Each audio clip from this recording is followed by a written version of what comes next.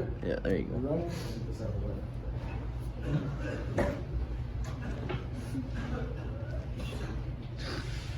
Members of the faculty, family, and friends, and most importantly, the class of 2014. It is indeed an honor for me to be here tonight. It's been almost 37 years to the day that I graduated from UT. I remember a lot of things about that day. I remember I had a throbbing headache from a party the night before.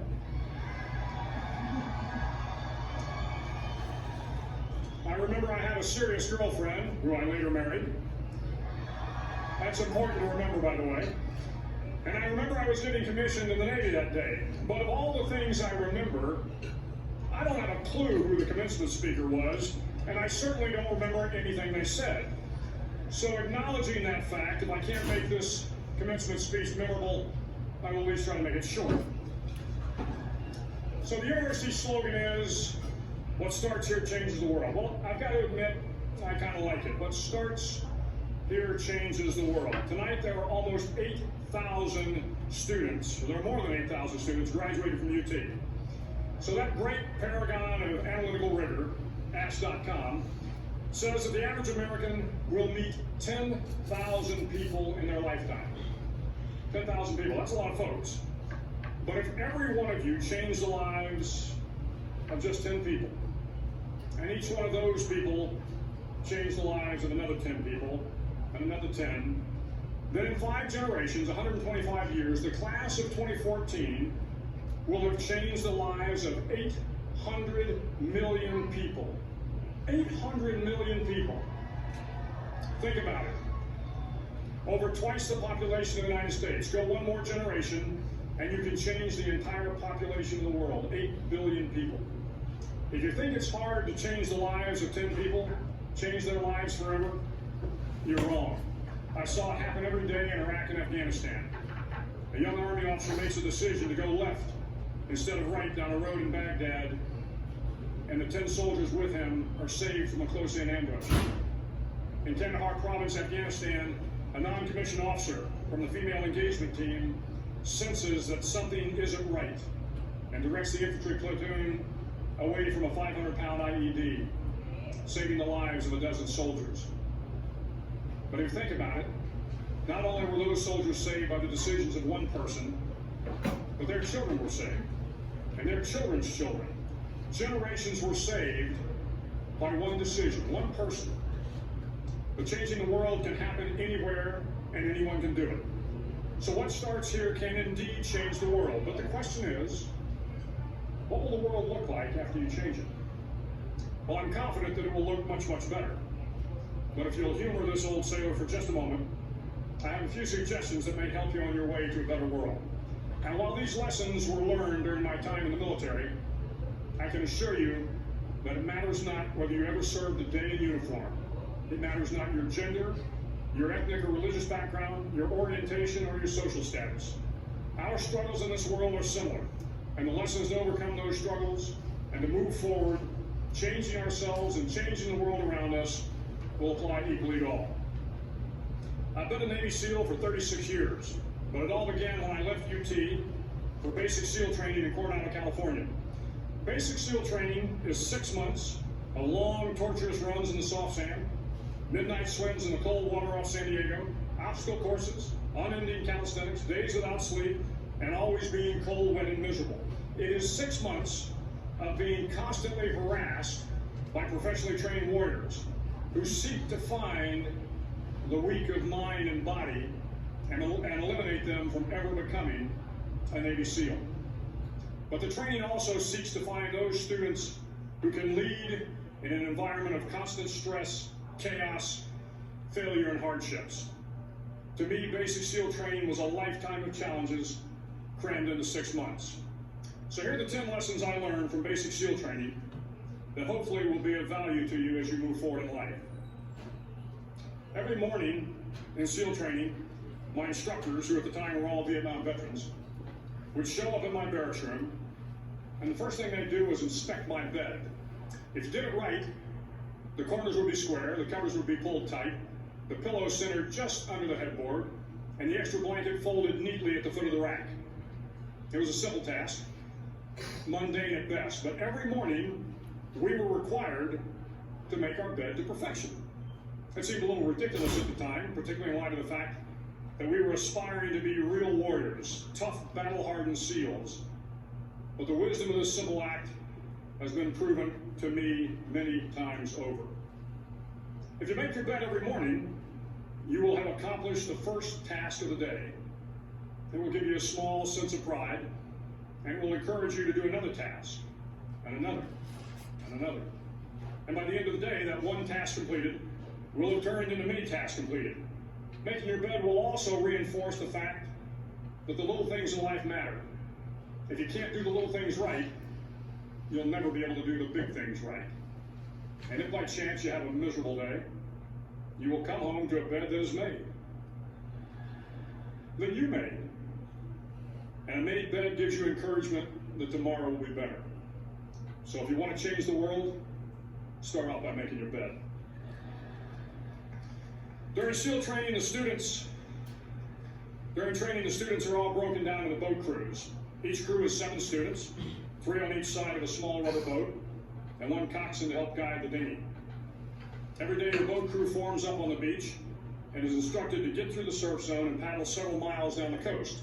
In the winter, the surf off San Diego can get to be 8 to 10 feet high, and it is exceedingly difficult to paddle through the plunging surf unless everyone digs in. Every paddle must be synchronized to the stroke count of the coxswain. Everyone must exert equal effort, or the boat will turn against the wave and be unceremoniously dumped back on the beach. For the boat to make it to its destination, everyone must paddle. You can't change the world alone. You will need some help. And to truly get from your starting point to your destination takes friends, colleagues, the goodwill of strangers, and a strong coxswain to guide you. If you want to change the world, find someone to help you paddle. Over a few weeks of difficult training, my SEAL class, which started with 150 men, was down to just 42. There were now 6 boat crews of 7 men each. I was in the boat with the tall guys, but the best boat crew we had was made up of the little guys, the Munchkin crew we call them. No one was over 5'5". The Munchkin boat crew had 1 American Indian, 1 African American, 1 Polish American, 1 Greek American, 1 Italian American, and 2 tough kids from the Midwest. They out-paddled, outran, and outswam all the other boat crews. The big men in the other boat crews would always make good-natured fun of the tiny little flippers the Munchkins put on their tiny little feet prior to every swim. But somehow these little guys, from every corner of the nation and the world, always had the last laugh, swimming faster than everyone and reaching the shore long before the rest of us. SEAL training was a great equalizer. Nothing mattered but your will to succeed, not your color, not your ethnic background, not your education, not your social status. If you want to change the world, measure a person by the size of their heart, not by the size of their flippers. Several times a week, the instructors would line up the class and do a uniform inspection. It was exceptionally thorough. Your hat had to be perfectly starched, your uniform immaculately pressed, your belt buckle shiny and void of any smudges. But it seemed that no matter how much effort you put into starching your hat, or pressing your uniform, or polishing your belt buckle, it just wasn't good enough. The instructors would find something wrong. For failing uniform inspection, the student had to run, fully clothed, into the surf zone. Then wet from head to toe, roll around on the beach until every part of your body was covered with sand. The effect was known as sugar cookie. You stayed in the uniform the rest of the day, cold, wet, and sandy. There were many a student who just couldn't accept the fact that all their efforts were in vain, and no matter how hard they tried to get the uniform right, it went unappreciated. Those students didn't make it through training. Those students didn't understand the purpose of the drill. You were never going to succeed. You were never going to have a perfect uniform. The instructors weren't going to allow it. Sometimes, no matter how well you prepare or how well you perform, you still end up as a sugar cookie. It's just the way life is sometimes. If you want to change the world, get over being a sugar cookie and keep moving forward. Every day during training, you were challenged with multiple physical events: long runs, long swims, obstacle courses, hours of calisthenics, something designed to test your mettle. Every event had standards, times you had to meet. If you failed to meet those times, those standards, your name was posted on a list, and at the end of the day, those on the list were invited to a circus. A circus was 2 hours of additional calisthenics, designed to wear you down, to break your spirit, to force you to quit. No one wanted a circus. A circus meant that for that day, you didn't measure up. A circus meant more fatigue, and more fatigue meant that the following day would be more difficult, and more circuses were likely. But at some time during SEAL training, everyone made the circus list. But an interesting thing happened to those who were constantly on the list. Over time, those students who did 2 hours of extra calisthenics got stronger and stronger. The pain of the circuses built inner strength and physical resiliency. Life is filled with circuses. You will fail. You will likely fail often. It will be painful. It will be discouraging. At times, it will test you to your very core. But if you want to change the world, don't be afraid of the circuses. At least twice a week, the trainees were required to run the obstacle course. The obstacle course contained 25 obstacles, including a 10-foot wall, a 30-foot cargo net, a barbed wire crawl, to name a few. But the most challenging obstacle was the slide for life. It had a 3-level, 30-foot wall at one end, and a 1-level tower at the other. In between was a 200-foot long rope. You had to climb the 3-tiered tower, and once at the top, you grabbed the rope, swung underneath the rope, and pulled yourself hand over hand until you got to the other end. The record for the obstacle course had stood for years when my class began in 1977. The record seemed unbeatable, until one day a student decided to go down the slide for life head first.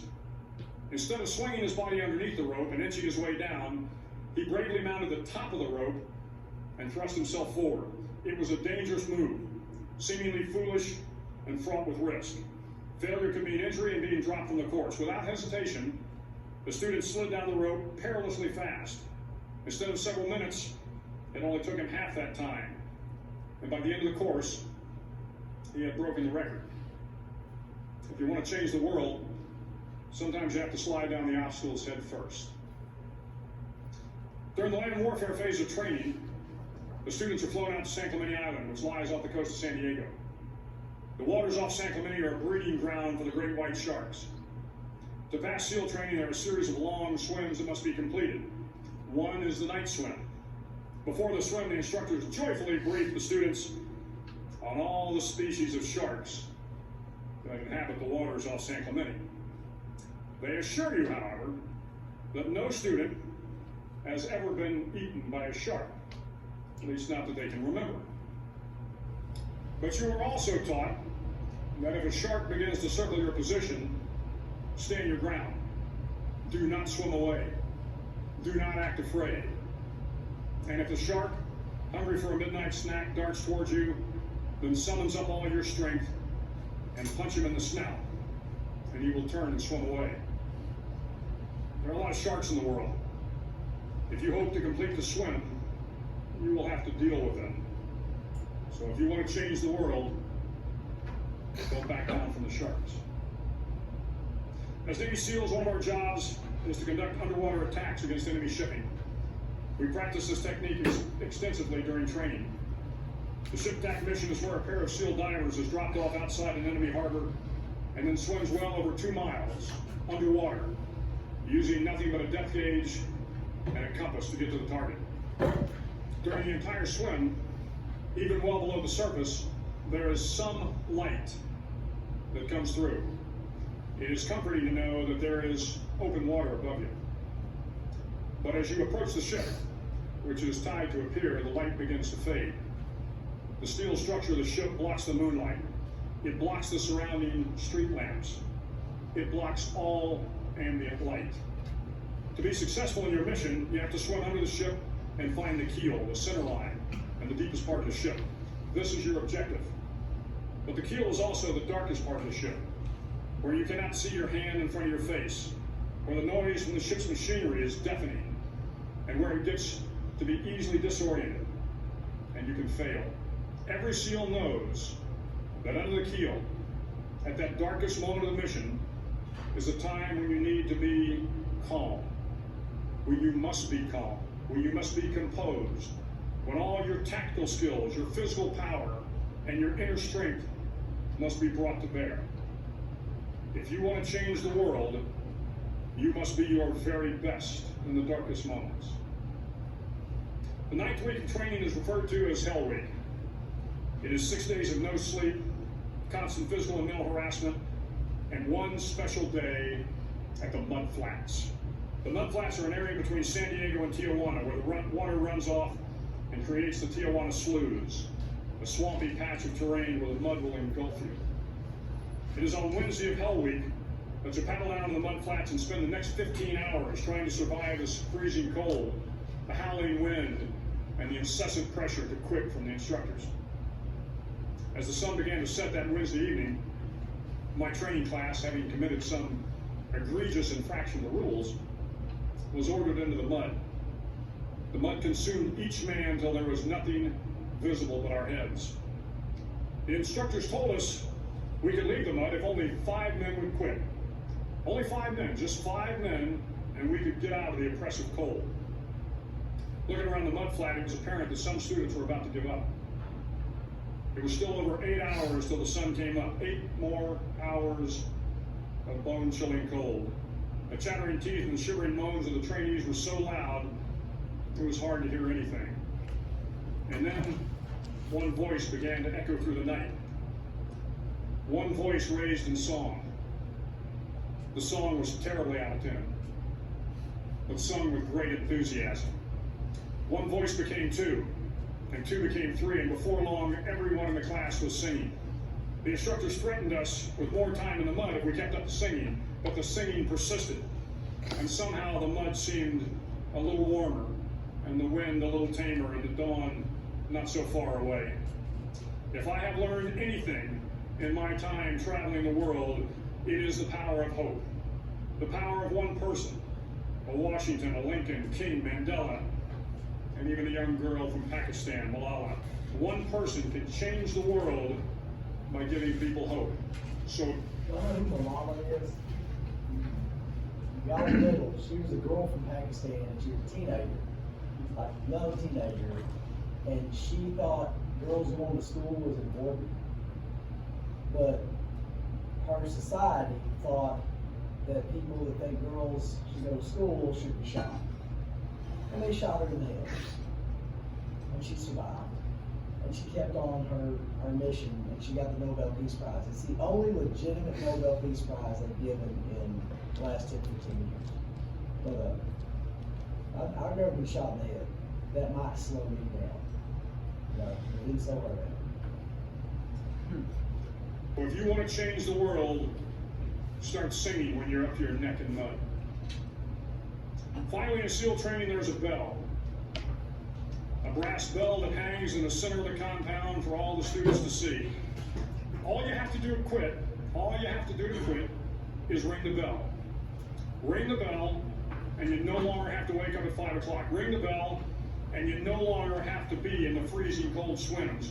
Ring the bell, and you no longer have to do the runs, the obstacle course, the PT, and you no longer have to endure the hardships of training. All you have to do is ring the bell to get out. If you want to change the world, don't ever ring the bell. To the class of 2014, you are moments away from graduating. Moments away from beginning your journey through life. Moments away from starting to change the world for the better. It will not be easy, but you are the class of 2014, the class that can affect the lives of 800 million people in the next century. Start each day with a task completed. Find someone to help you through life. Respect everyone. Know that life is not fair and that you will fail often. But if you take some risks, step up when the times are the toughest, face down the bullies, lift up the downtrodden, and never ever give up.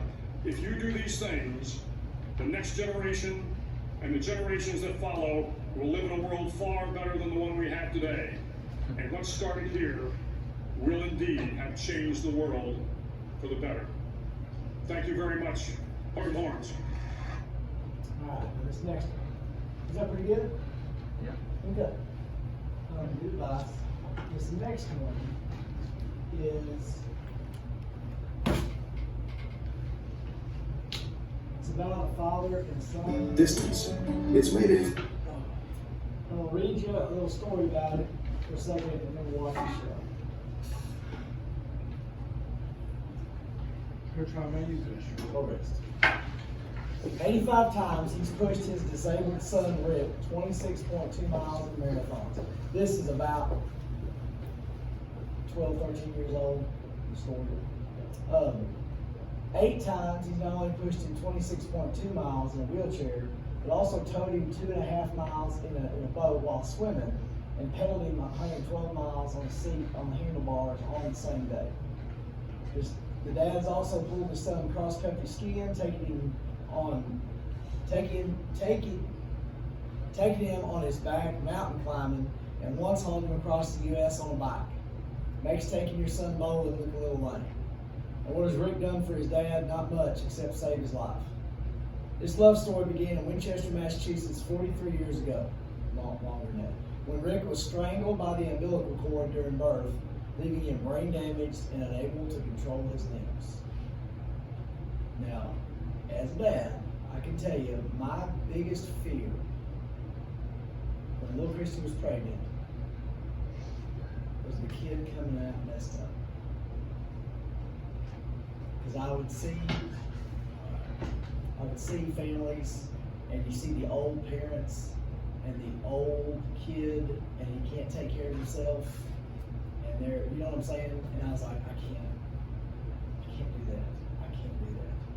And I feel so sorry for him, and I was so scared, and this is wrong, but I would pray, God, please don't blame the kid for me. You know, don't take my, and that's stupid, but I was scared to death of some kind of problem. He was born with the umbilical cord strangling him. This is the early 60s. He'll be a vegetable for the rest of his life, Dick told the doctors. The doctors told Dick and his wife Judy. When Rick was 9 months old, they said, put him in an institution. Early 60s, it was common practice, if you had a child that was not going to be able to take care of themselves, to take them and put them somewhere. Now, don't judge them, okay? Don't judge that. That was common practice. But the Hoyts weren't buying it. They noticed the way Rick's eyes followed them across the room. When Rick was 11, they took him to the engineering department at Tufts University. Now, first of all, are the parents taking an easy choice here? Are they taking the easy way out? No, they're taking the extremely difficult, life-draining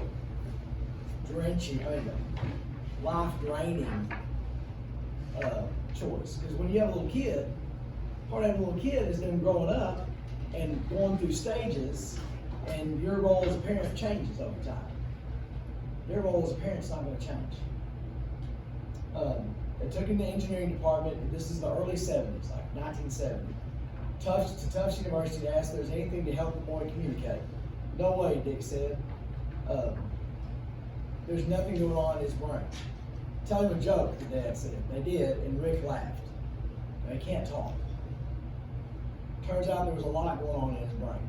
Rigged up with a computer that allowed him to control the cursor by touching a switch with the side of his head.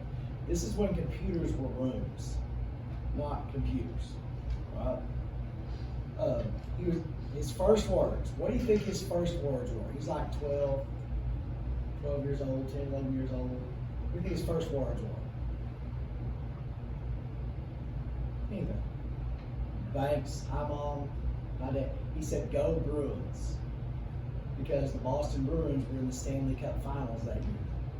That's the first word. So that tells you a little bit about him. He's a normal, regular kid. After a high school classmate was paralyzed in an accident and the school organized a charity run for him, Rick typed out, Dad, I want to do that. How was Dick, a self-described porker who had never ran more than a mile at a time, going to push his son 5 miles? Still, he tried. Then it was me who was handicapped, he said. I was sore for 2 weeks. That day changed Rick's life. Dad, he said, when we were running, it felt like I wasn't disabled anymore. That sentence changed Dick's life. He became obsessed with giving Rick that feeling as often as he could. He got into such good shape that him and Rick were ready to try the 1979 Boston Marathon. No way, he was told by a race official. The Hoyts weren't a single runner, and they weren't a wheelchair competitor. For a few years, Dick and Rick just joined the massive field and ran anyway. Then they found a way to get in the race officially. In 1983, they ran another marathon so fast, they made the qualifying time for Boston the following year. Now today, they have athletic wheelchairs.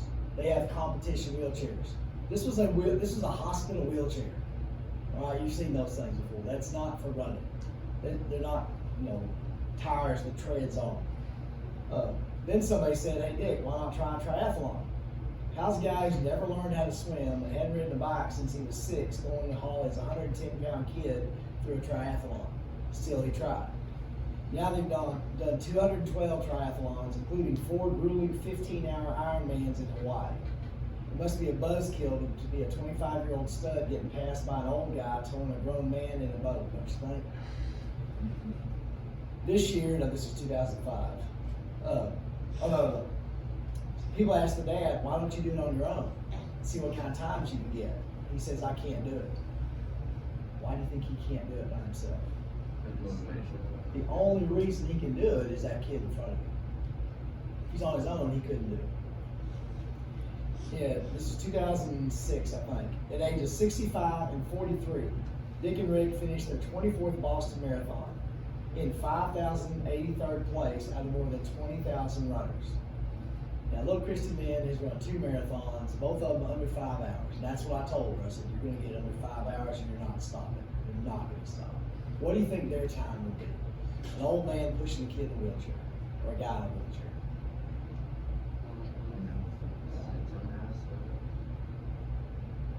Two hours, 40 minutes in 1992. The world record is 2 hours, right at 2 hours, maybe just under 2 hours.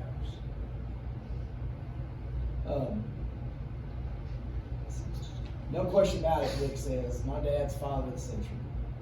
Dick got something out of this too. 2 years ago, he had a mild heart attack during a race. He didn't even know it. Doctors found that one of his arteries was 95% clogged. If you hadn't been in such good shape, the doctor said, you probably would have died 15 years ago. Rick, who has his own apartment, he gets home care. He works in Boston. He graduated from college. And he works in the computer industry designing communication systems for people who can't communicate. Was it a mistake he was born the way he was born? Was it a tragedy? No. And those parents took the tough decision and saved the dad's life, and it's gone on to inspire people all over the world. Rick says, the one thing I'd like to do most is have my dad sit in the chair and me push him once.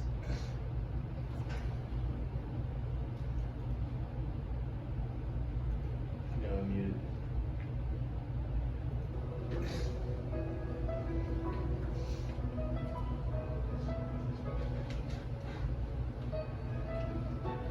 I can only imagine it will be like when I walk by your side. I can only imagine what my eyes will see when your face is before me. I can only imagine.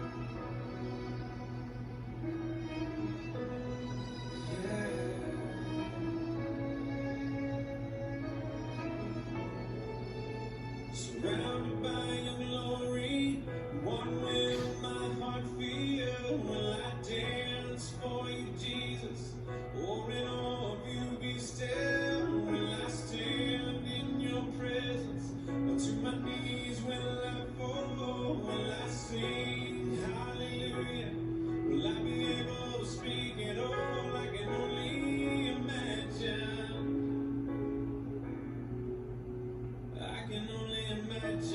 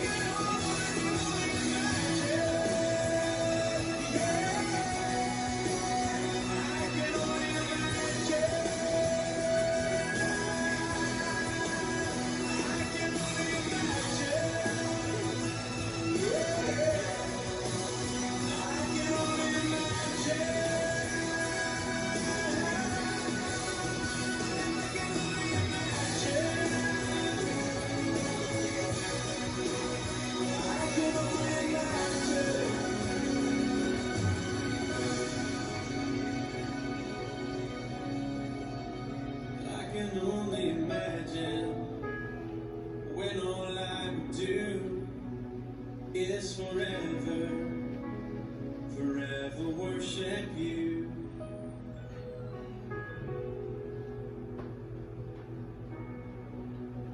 I can only imagine. I hate watching that because I realize what a piece of crap dad I am. Most nights I get home about 8 or so and I'm locked out and I just go sit down. And the second my honey hits the seat, Totten goes, Dad! Dad! And I go, what? What? I love you. No. Anyway. Alright. Was there a part of that that was like more powerful than other parts? There's always one part that gets me. He's just swam 2.5 miles pulling a little boat. And he picks him up and he's carrying him, he's carrying him, and he's carrying him, and he's carrying him. You know, I'm the worst dad ever, anyways. Never done that. You're on your own.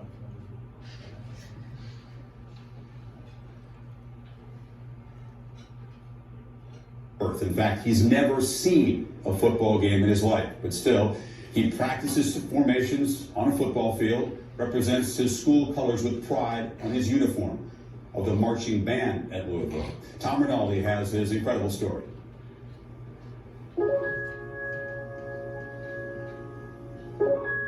The piece is titled Clair de Lune, Light of the Moon.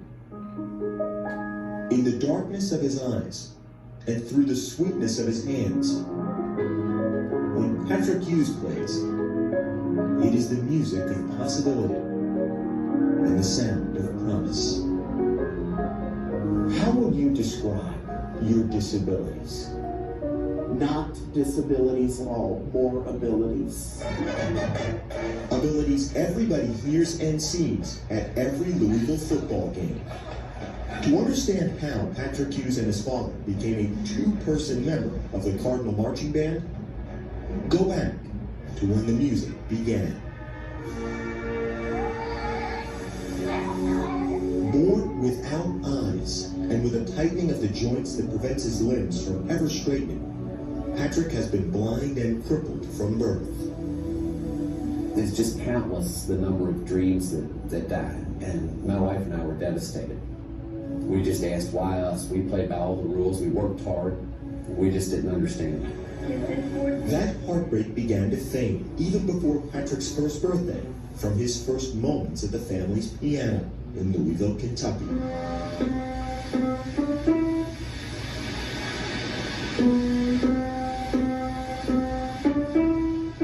You could go. Is that amazing? If just a 1-year-old can do that, my kids at 1 can do anything. This kid has no eyes and he can play the piano. That's amazing. That's incredible. Up and hit it, no matter where it was on the piano, and within 1 or 2 tries he would find that exact note. By his second birthday, he was playing requests. Can you play You Are My Sunshine?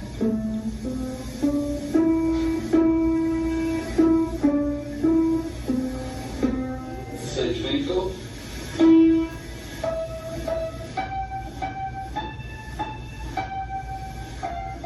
I was just ecstatic that, okay, we're not going to play baseball, but we're going to play music together. And that was really exciting. Let's see how far we can run with this. Fitted with artificial eyes and placed in a wheelchair, as Patrick grew, so did his passion and his talent. He played old standards by grade school and blues numbers by high school. By the time he arrived at the University of Louisville this year, his musical ability on piano as well as trumpet was well known throughout the city. I said, Patrick, you need to be a part of the marching band. And their reaction was just a little bit of a pause. My dad not hearing this, we're like, right. I mean, how in the heck am I supposed to march? The next step was working out what we needed to make happen in order for Patrick to be involved in the marching band, other than just parking on the sidelines and playing his instrument. I said, well, if Dr. Burns that impassioned about it and Patrick wants to do it, then by golly, I'll give it my all as well.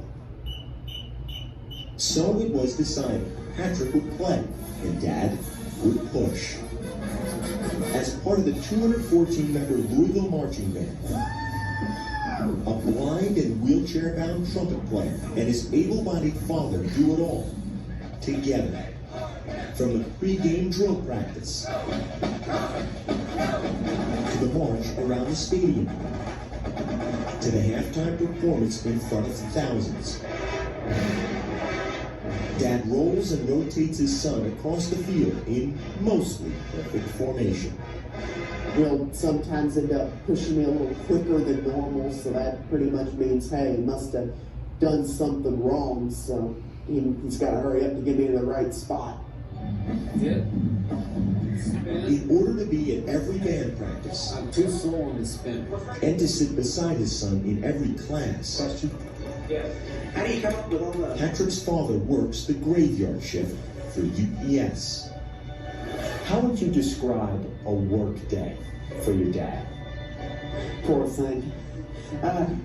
He goes to work about 11 o'clock at night, Monday through Thursday nights, and then gets in at about 6 and goes to bed at about 6 and sleeps till around 11.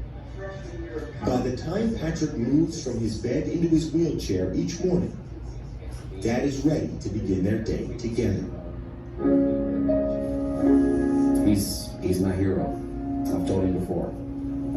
What he goes through, it's taught me that I don't really have any complaints. I guess a father couldn't ask for any more than the relationship that I have with Patrick. God made me blind and unable to walk. Big deal. He gave me the ability, the musical gifts I have, and the great opportunity to meet new people. It's your fans, buddy. But maybe when they hear him play, they recognize, wow, you know, imagine the possibilities I didn't even consider when I saw this young man that I now know from hearing him play. So whether it be on a field playing the Louisville fight song, or at the piano playing Claire de Lune, in a sense the melody is the same. Patrick Hughes plays so that we might hear the music of opportunity and the sound of potential. That dad looked sad. Did he look frustrated? I'm sure there are days where he is not just bright and cheery. Did he look like his hole was filled up? Yeah.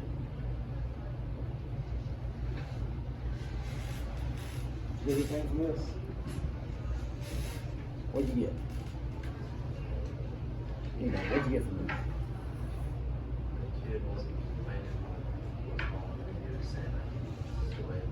Yeah. I can't, there's some things I can't do. Look what I can do. Yes, I'm different. I'm jacked up.